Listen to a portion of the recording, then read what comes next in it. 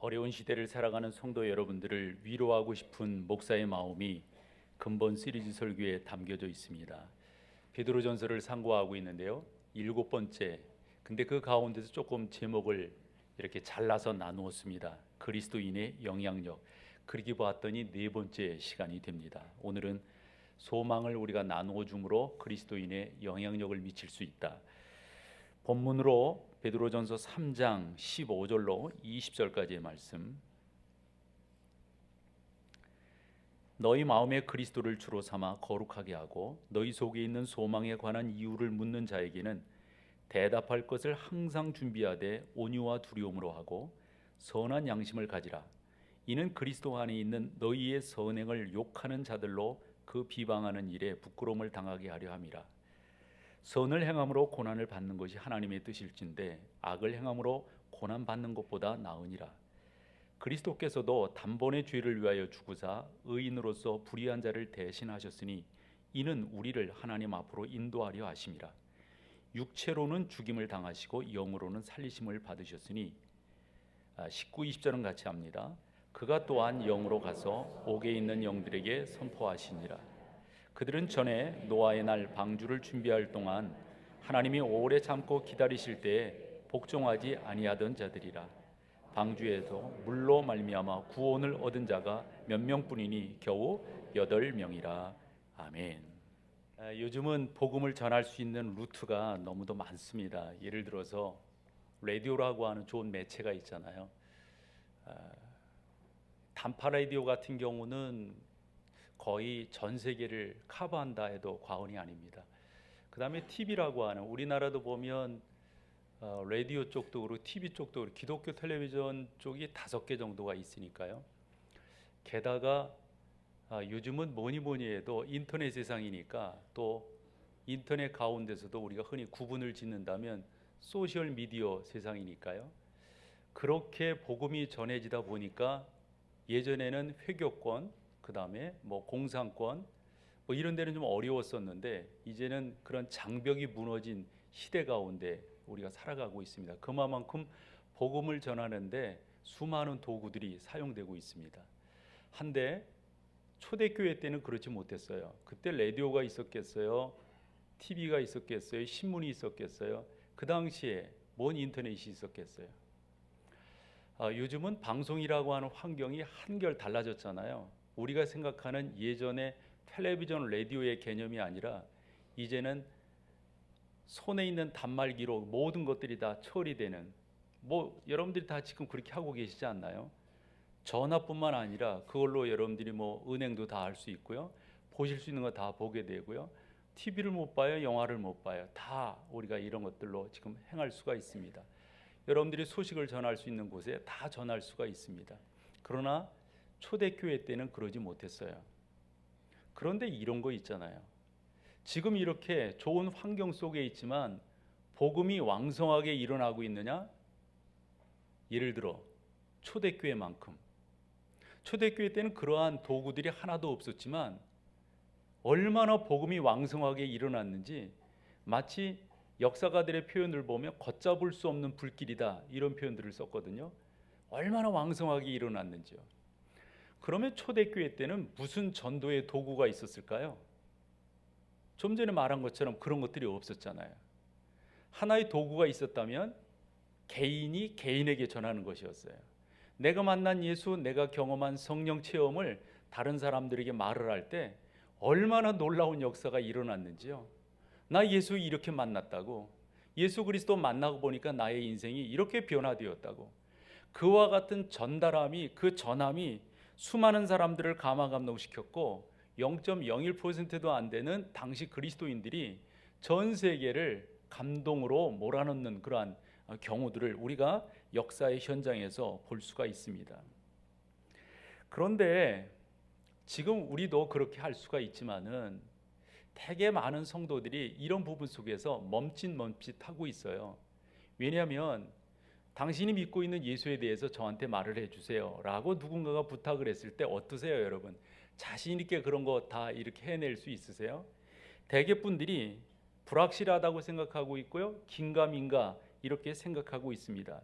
주님을 증거한다고 하는 게 특별한 사람들, 우리가 흔히 표현하듯 은사가 있는 사람들, 또 능력이 있는 사람들, 대단한 경험이 있는 사람들이 하는 거지 나 같은 범인이 하는 것은 아니다라고 생각하는 경우가 많아서 왠지 그런 것들을 좀 해달라 하면 어색한 표정을 짓는 게 지금 그리스도인들의 현 주소입니다. 복음을 증거할 수 있는 좋은 기회가 왔음에도 불구하고 그 기회를 살리지 못하는 것들이 지금 우리의 현실 아니에요? 얼마나 매체가 좋고 뭐 더 이상 뭔 말이 필요하겠어요? 함에도 불구하고 지금 기독교가 불길처럼 일어나지 못하는 이유는 간단하지 않습니까? 그래서 오늘 저의 설교에 목적이 있습니다.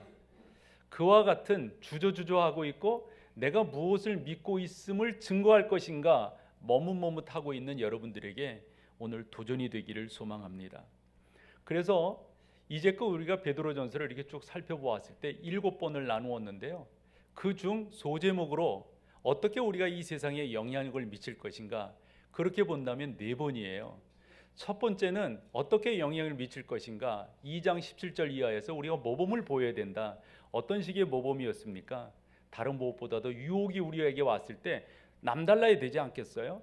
권위가 실추된 세상 가운데서 어떻게 우리가 권위를, 더 나아가서 우리가 역경과 환난 가운데 있을 때 여타 사람들처럼 그냥 설왕설래하고 말이죠. 막 그런 가운데서 그냥 뭐 이렇게, 그건 안 되잖아요. 좀 더 진득하게.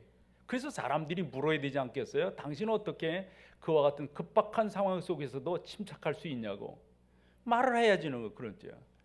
두 번째 나누었던 것은 여러분들이 이타적 삶을 삶으로 가능하다 그랬어요. 그것은 가정생활이었습니다. 3장 1절에서 7절이었어요.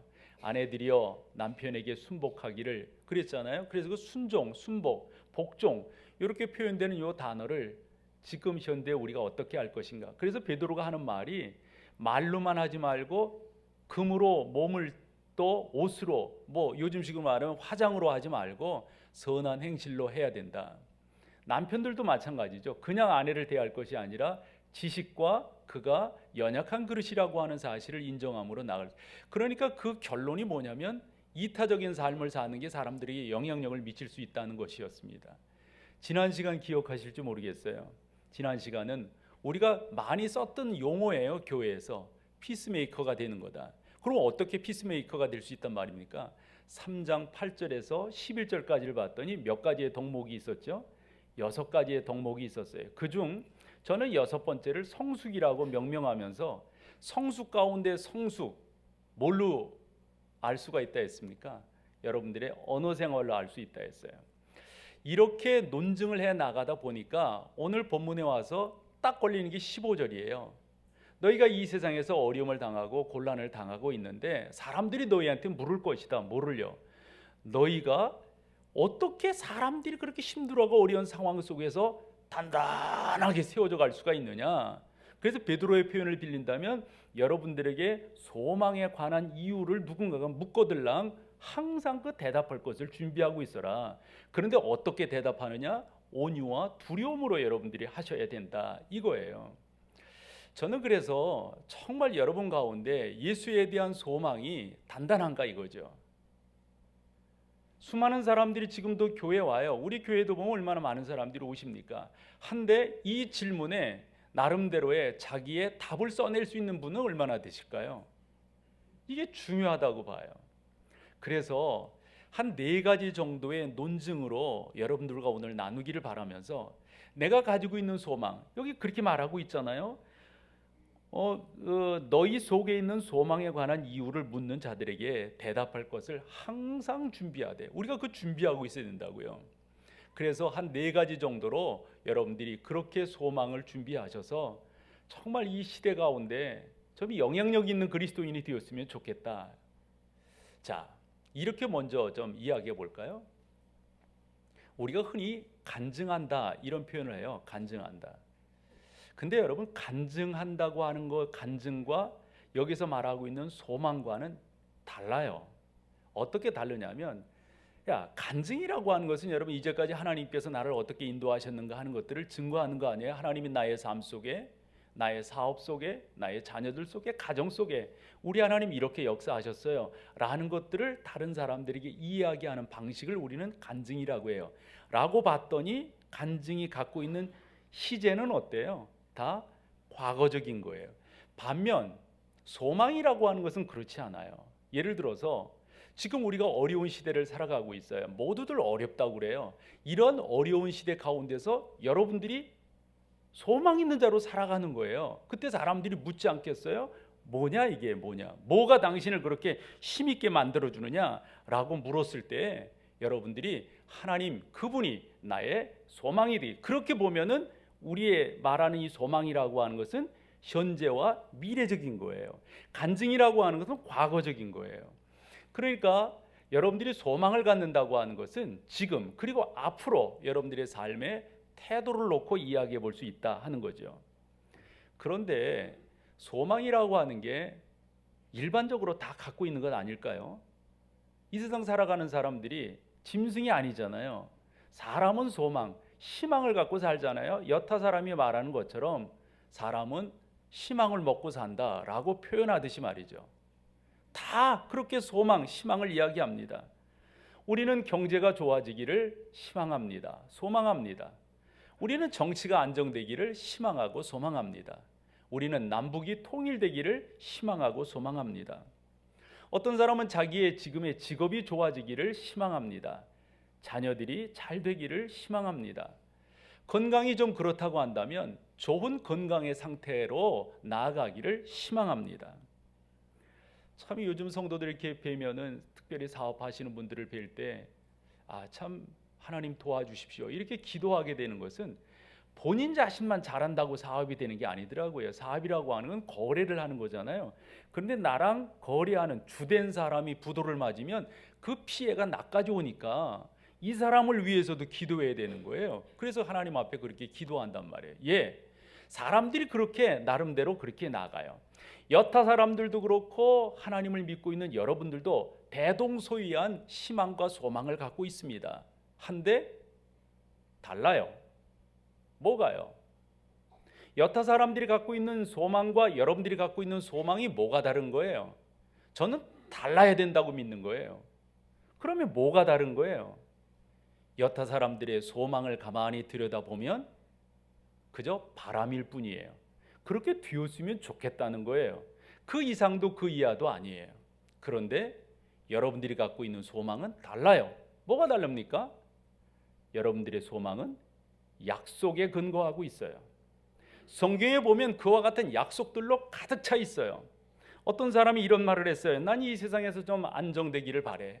이 힘들고 어려운 세상 가운데서 나는 승리하기를. 그건 다 같잖아요. 그러나 여러분들이 그렇게 말할 때는 여러분들은 성경의 약속을 믿고 하는 거예요. 예를 들어 우리 주님이 이렇게 말씀하셨어요.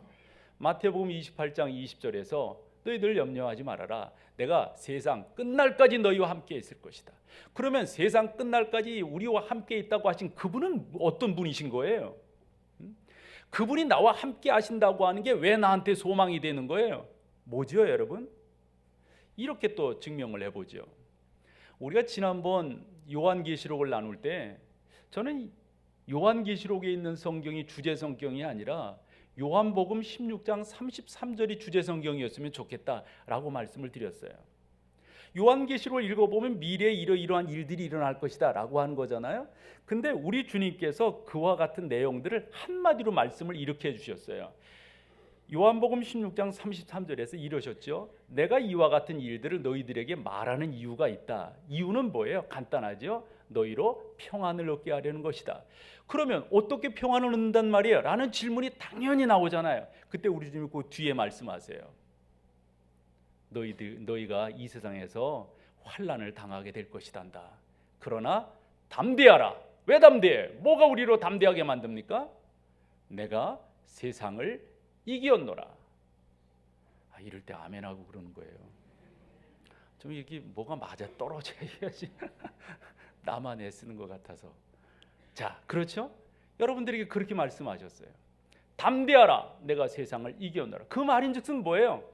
내가 너희와 함께 할 것이니까, 내가 세상을 이겼으니까 너희는 염려하지 않아도 된다. 너희는 승리하게 될 것이다. 왜요? 내가 너희와 함께 할 것이기 때문에. 여타 모든 사람들도 안정되기를 바라요. 그러나 우리가 안정되기를 바라는 그 바람과 소망과는 차원이 달라요. 예를 들어서 사람들은 이런저런 일들을 경험하고 살아갑니다. 이렇게까지 말하지요. 왜 하필이면 우리 집에? 왜 하필이면 내가? 여타 사람들은 그저 잘 되기만을 소망할 거예요. 그런데 우리는 그 정도 잘 되는 것만으로 만족하지가 않습니다. 그 가운데서도 우리는 희망을 노래하게 됩니다. 무엇 때문에요? 하나님의 약속 때문에요. 로마서 8장 28절 한번 보여줘 보세요. 같이 한번 읽어보죠. 시작. 우리가 알거니와 하나님을 사랑하는 자 곧 그의 뜻대로 부르심을 입은 자들은 봐봐요. 뭐죠? 모든 것이 합력하여 무엇을 이루어요? 이러기 때문에 여러분들이 갖고 있는 소망, 내일은 달라지겠지, 뭐 내일은 해가 뜨겠지, 내일은 무지개가, 이런 식으로 우리는 바람을 갖고 있지 않다고요. 전능하신 하나님께서 이 모든 것들을 통하여 역사를 이루실 것이다. 여러분들이 바라고 소망하는 일 가운데 하나님께서 그 모든 것들을 지켜주세요. 저는 그 중에 이 시편 121편에 있는 말씀이 크게 위로가 되더라고요. 3절과 5절인데 이것도 같이 한번 읽으면서 위로를 얻지요. 시작. 여호와께서 너를 실족하지 아니하게 하시며 너를 지키시는 이가 졸지 아니하시리로다. 그 다음에 5절이에요. 여호와는 너를 지키시는 이시라 여호와께서 내 오른쪽에서 내 그늘이 되시나니.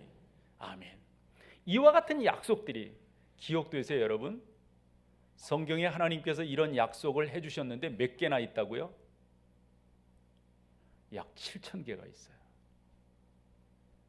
모든 사람들이 다 희망을 꿈꿉니다. 그것을 먹고 삽니다. 그러나 여타 사람들과 우리가 갖는 소망, 희망은 달라요. 우리는 약속에 근거한 거예요. 어느 분이 저에게 카톡으로 이와 같은 메모된 그것을 하나 보여줬어요. 먼저 사진으로 하나 봐볼까요? 일반적으로 커트라인이 저 꼭대기예요. 근데 너무너무 낮아요. 이것은 이제 자기가 가지고 있는 어떤 거겠죠? 너무 낮아요. 근데 그것을 이제 십자가로 이렇게 카바를 했는데, 성경에 보면 말이죠, 일반적으로 사람들이 뭔가를 하는 데에서 커트라인이 너무 높아요. 그래서 다 아브라함을 비롯해서 모든 사람들이 나는 부족해, 나는 할 수 없어요, 나 같은 사람이요, 이렇게들 나와요. 그때 하나님께서 뭐라고 하시죠? 너 왜 그렇게 생각하니? 그 중에 대표주자를 하나 소개하려고 그래요. 사사기 6장에 가보면 기드온이라고 하는 사사가 나와요. 그는 요즘식으로 말하면 정말 마마보이였어요. 그런데 기드온을 하나님이 부르셔가지고 미디안 군대 13만이랑 싸우라고 하시는 거예요. 그러니 기드온이 그렇게밖에 말할 수 없겠지.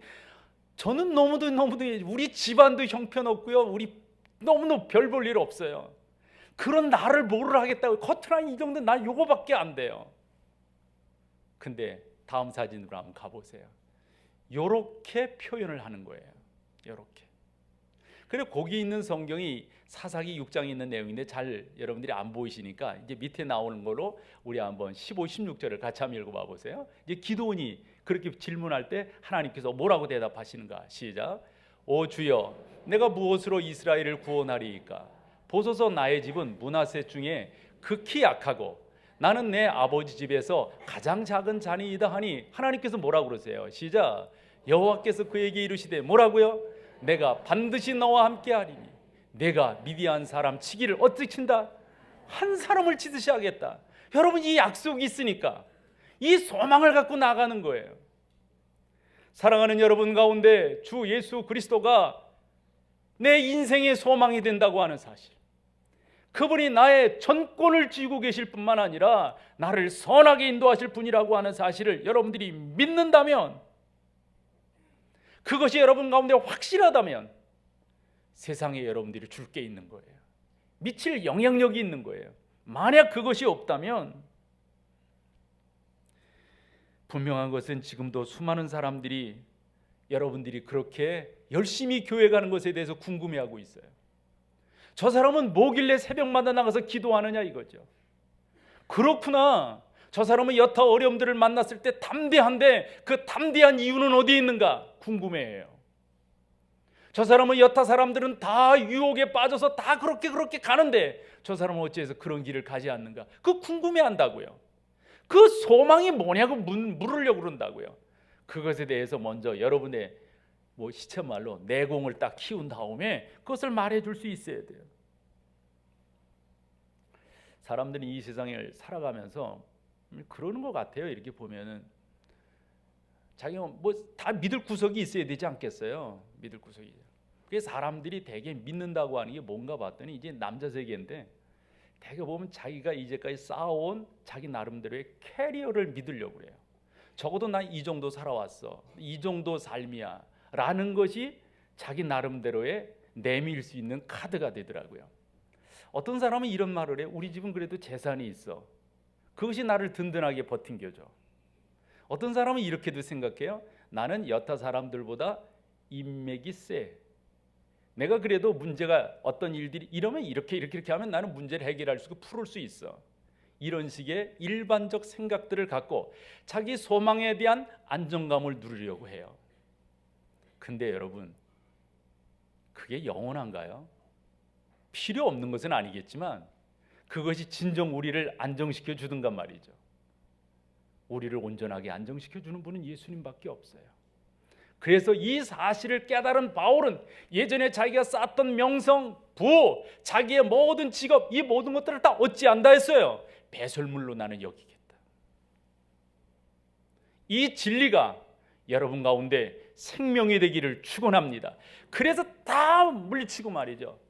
나는 내가 갈 길, 그 표대는 뭐예요? 그 인생의 목표가 뭐였어요? 주께서 부르시는 상급이었어요. 그것이 그 인생의 목표였어요.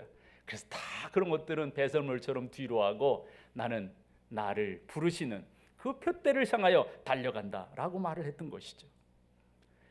사랑하는 여러분, 여러분들은 이 세상 사람들 가운데 줄 것이 있어야 돼요.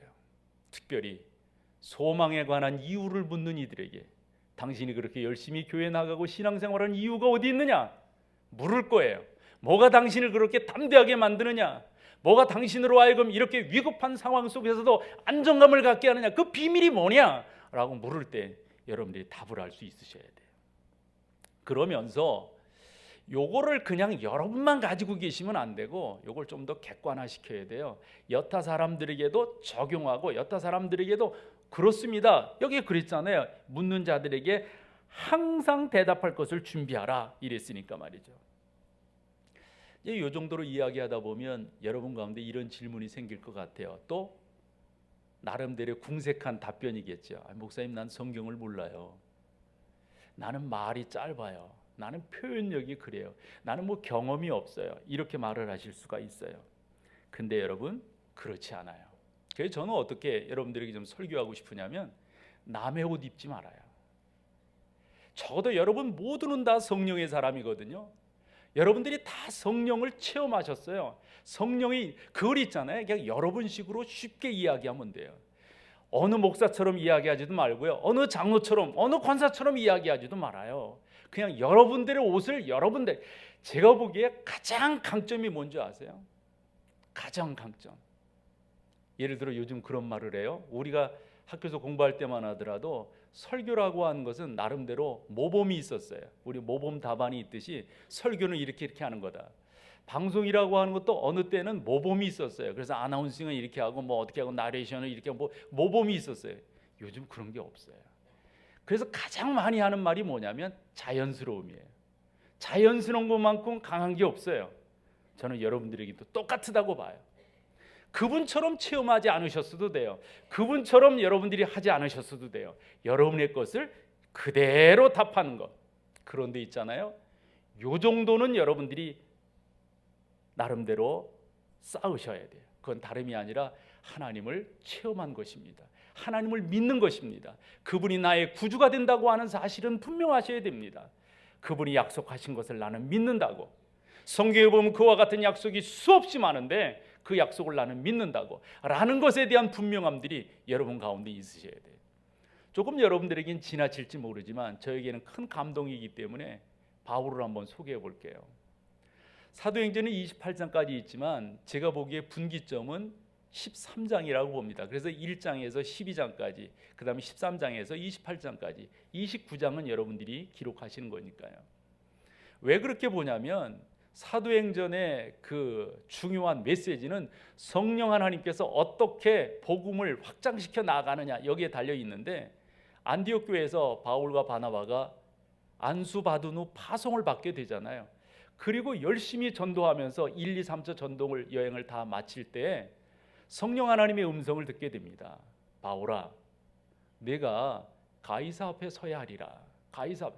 그러한 명령을 받은 바울이 그러면 어떻게 하면 가이사 앞에 설 수 있을까 고민했지요. 그래서 방법을 궁리하던 중 예루살렘으로 가야 되겠다 생각하고 결론을 내립니다. 한데 자기의 믿음의 동료들이, 믿음의 지인들이 거기 가면 안 된다는 거예요.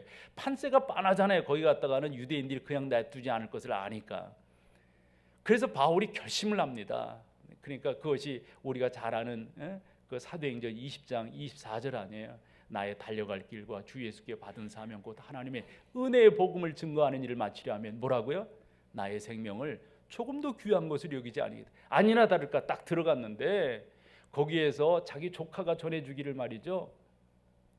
아니 삼촌, 그렇게 바울 보고 이제 삼촌이 되는 우리식으로 말하면 삼촌을 죽이기 전에는 밥을 안 먹겠다고 하는 사람이 40명이나 돼요. 이러니 얼마나 위축이 되겠어요.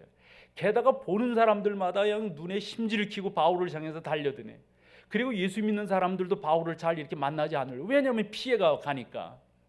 아니나 다를까 바울이 한번 크게 봉변을 당합니다. 그랬더니 이 사람들이 벌떼처럼 일어나가지고 바울과 이러할 때 로마 수비대가 딱 보니까 이랬다간 밀란이 일어날 것 같거든요. 그래서 군대를 딱 보내가지고 갈라놨어요. 그리고 바울을 관가로 데리고 들어가요. 그러면서 바울의 신문이 시작되는 게 23장부터 쭉 시작이 돼요. 그래 결론은 바울이 그렇게 말합니다. 나는 당신들에게 판결을 받지 아니하고 나는 로마 황제 앞에 가서 판결을 받겠다. 저는 하나님의 인도하심이라고 생각해요. 여타 사람들이 이 쓸데없는 소리 하는 이놈 이러면서 거기서 재판을 하면 그때 바울이 뭐 정확하게 여러 논거들을 대지만은 그건 하나님이 인도하셨다고 봐요. 이러면서 바울이 로마로 잡혀가는 그 장면이 27장에 나옵니다. 27장에서 가는데 바울이 그래요. 선장 보고 지금 가면 안 됩니다. 그때 그 선장이 하는 말이 야 여기는 겨울 나기가 힘들다. 거기로 가야만 겨울 나기가 쉽다, 좋다. 그래 바울이 가면 안 된다고 했지만 이 선장과 선원들이 말이죠. 글로 가서 겨울 나는 게 좋다고 생각하고 글로 떠나는 거예요. 아니나 다를까 유라굴로라고 하는 큰 광풍을 만나게 됩니다. 배 타고 있었던 사람들 아마 평생 장사한 사람도 있었을 거예요. 몇 년 장사한 사람도 있었을 거예요. 그 물건을 다 바다에 던집니다. 왜냐하면 무거우면 파도랑 부딪히면 배가 깨지니까 어쨌든 좀 더 가볍게 해서 파도랑 해보려고 하는 거예요.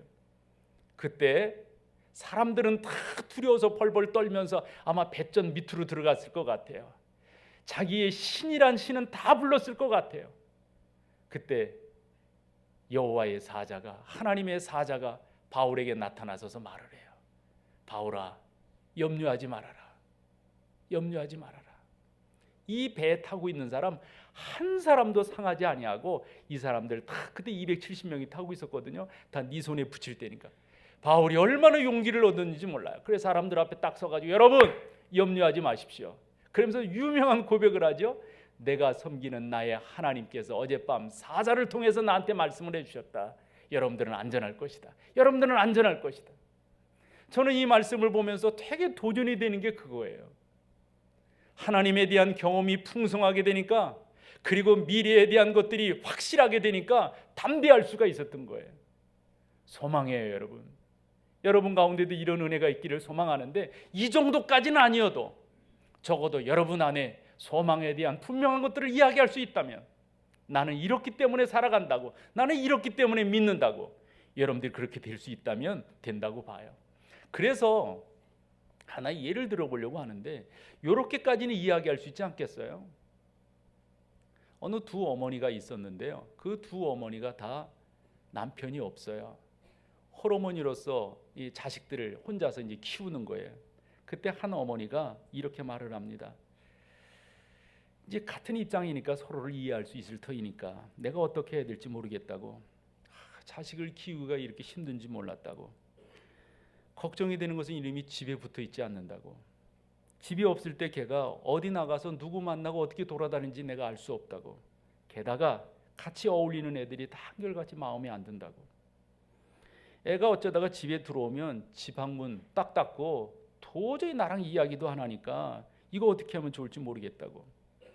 그러면서 한결 더 한숨을 쉬면서 얘가 공부를 손에서 논 지가 벌써 오래됐는데 성적은 바닥이고 이래다가 고등학교나 제대로 졸업할지 모르겠다고.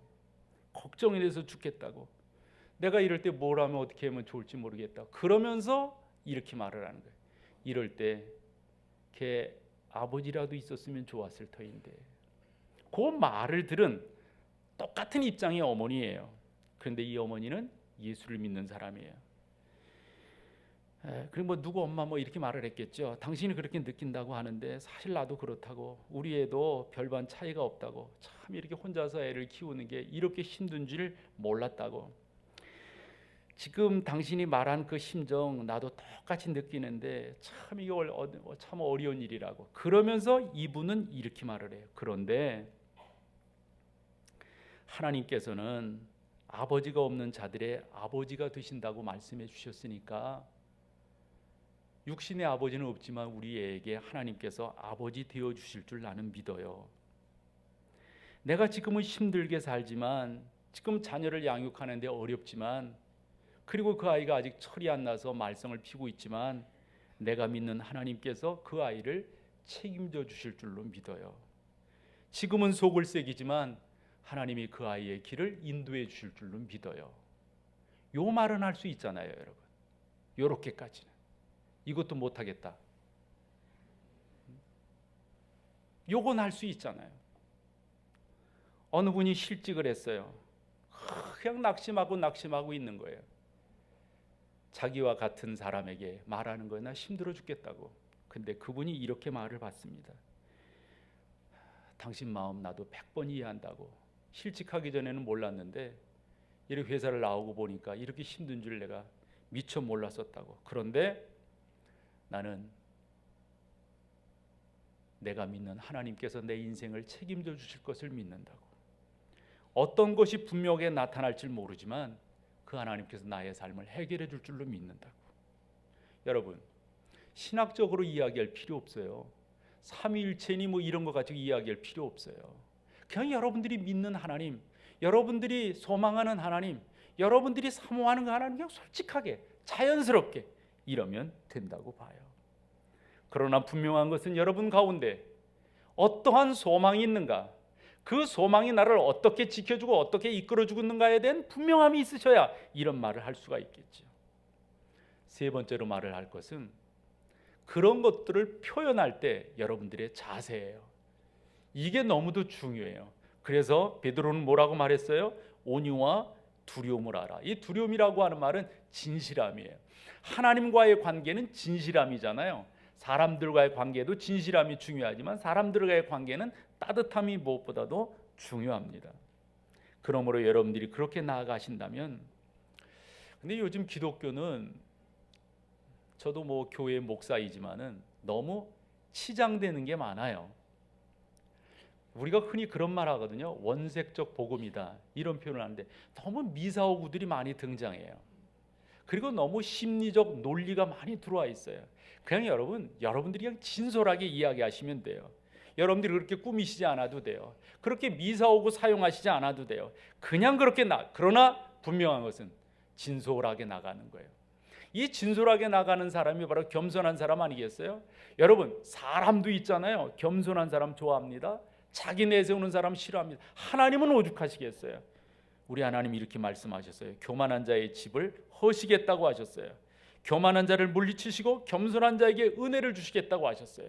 그러니까 여러분들이 사람들도 똑같아요, 여러분. 여러분들이 그렇게 온유함으로 나아갈 때, 그 온유함은 따뜻함이에요. 그렇게 나아갈 때 여러분 가운데 놀라운 역사가 이루어지리라 저는 믿어요. 이 자세가 무엇보다도 중요합니다.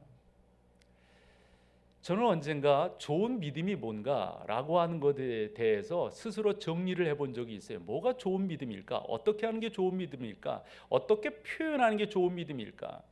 혹자는 뭐 자기가 많이 아는 게 좋은 믿음이라고 생각하고 자기가 많이 경험한 게 좋은 믿음이라고 생각하는 경우들이 없지 않잖아요. 정말 저게 좋은 믿음일까? 그러면서 나름대로 논증을 해봤더니 한 3가지 정도를 강조하게 되더라고요. 많은 것들이 있는데 그 중에 세 가지예요. 제 판단으로는. 그 첫 번째를 저는 온유함이라고 생각합니다. 정말 좋은 믿음이 있는 사람은 따뜻한 사람이에요. 두 번째는 경청이라고 말씀드렸어요. 하나님의 말씀을 잘 듣는 건데 상대와도 마찬가지예요. 여러분, 듣는 게 무엇보다 중요해요. 그래서 입이 먼저 가는 게 아니라 귀가 먼저 가는 게 무엇보다도 중요합니다. 세 번째 좋은 믿음의 특징은 인내입니다.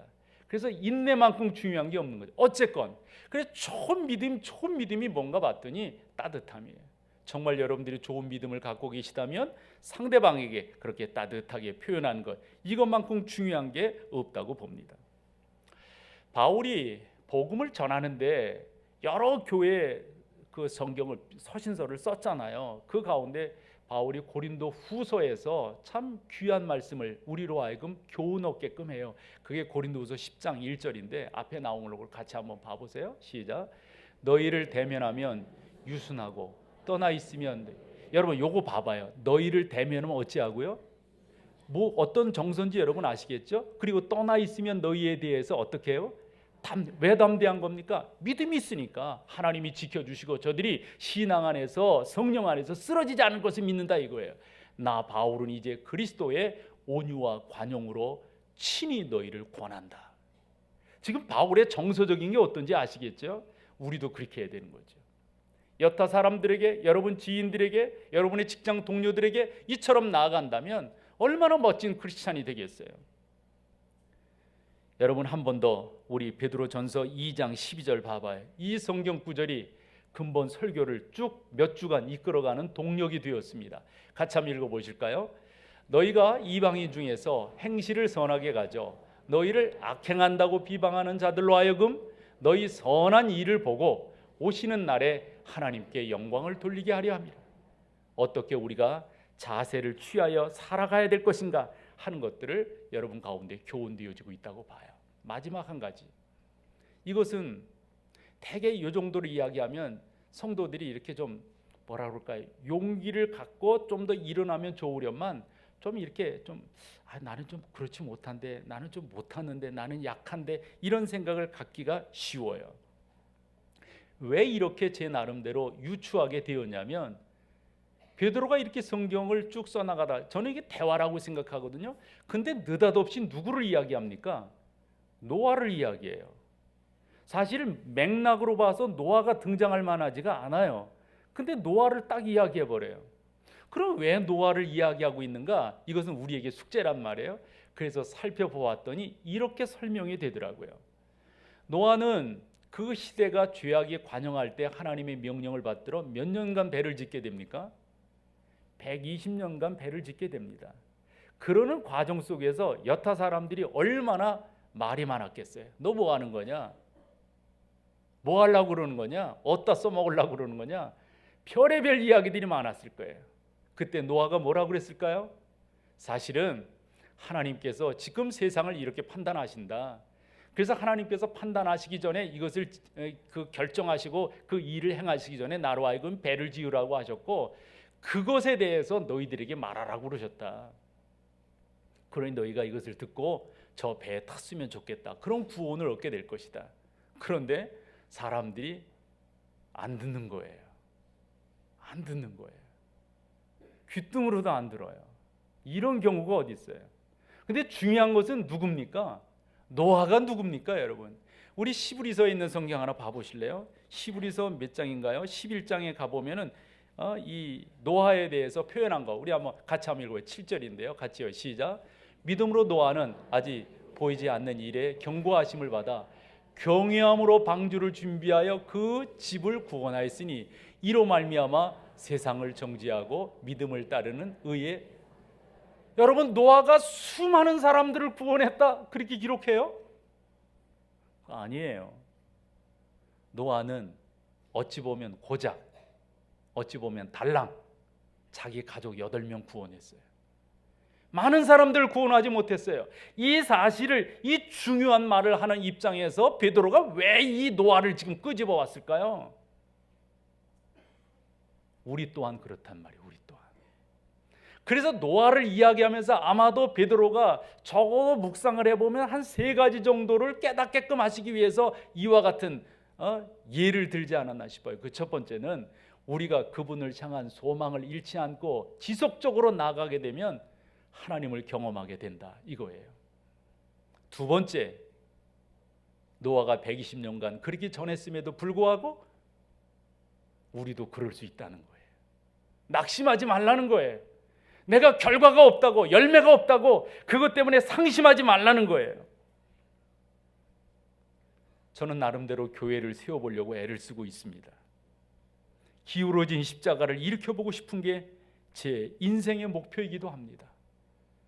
그런데 상황과 형편은 수고하고 원하는 대로 되어지지가 않습니다.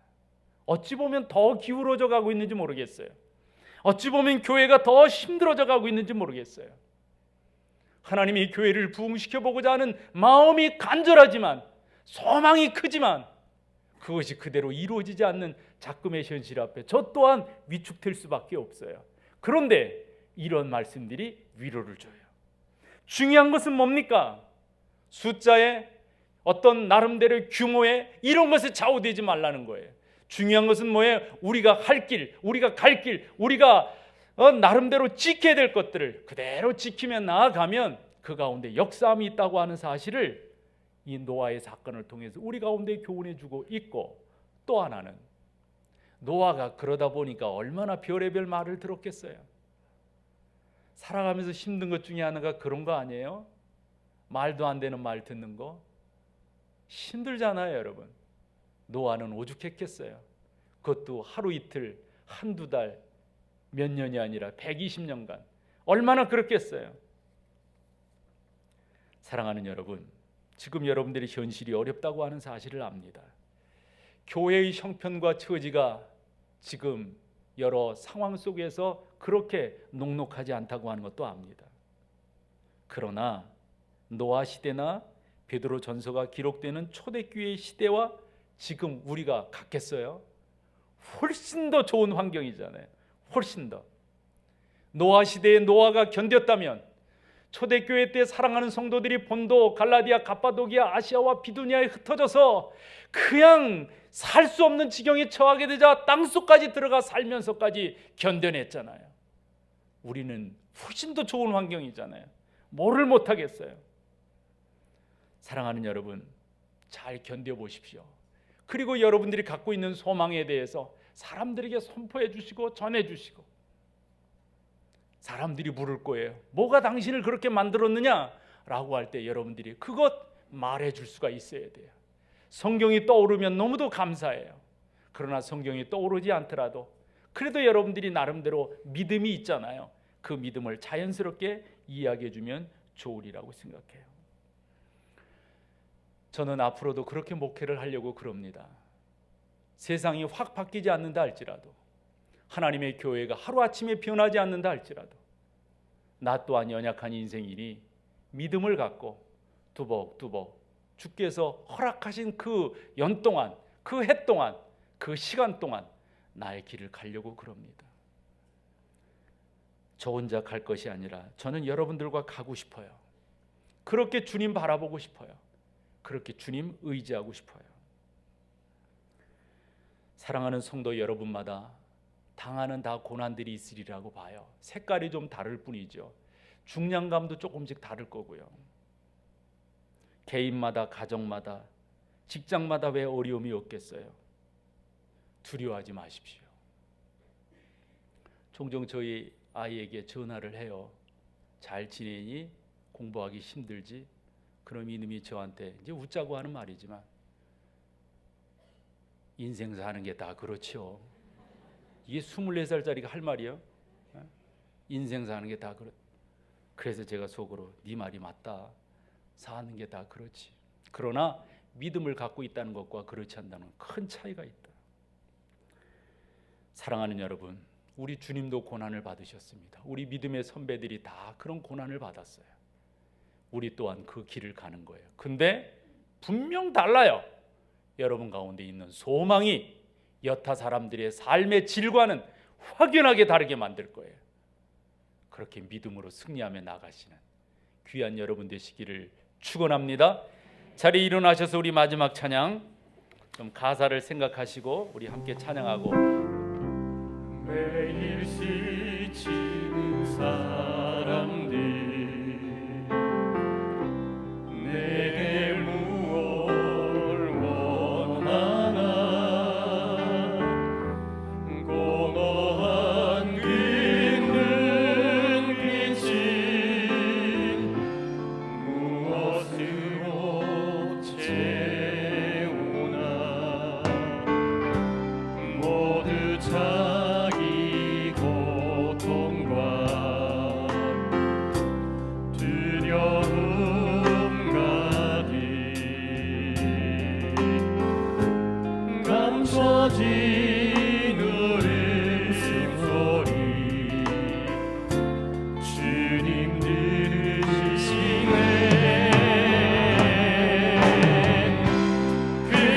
그들은 모두 주가 필요해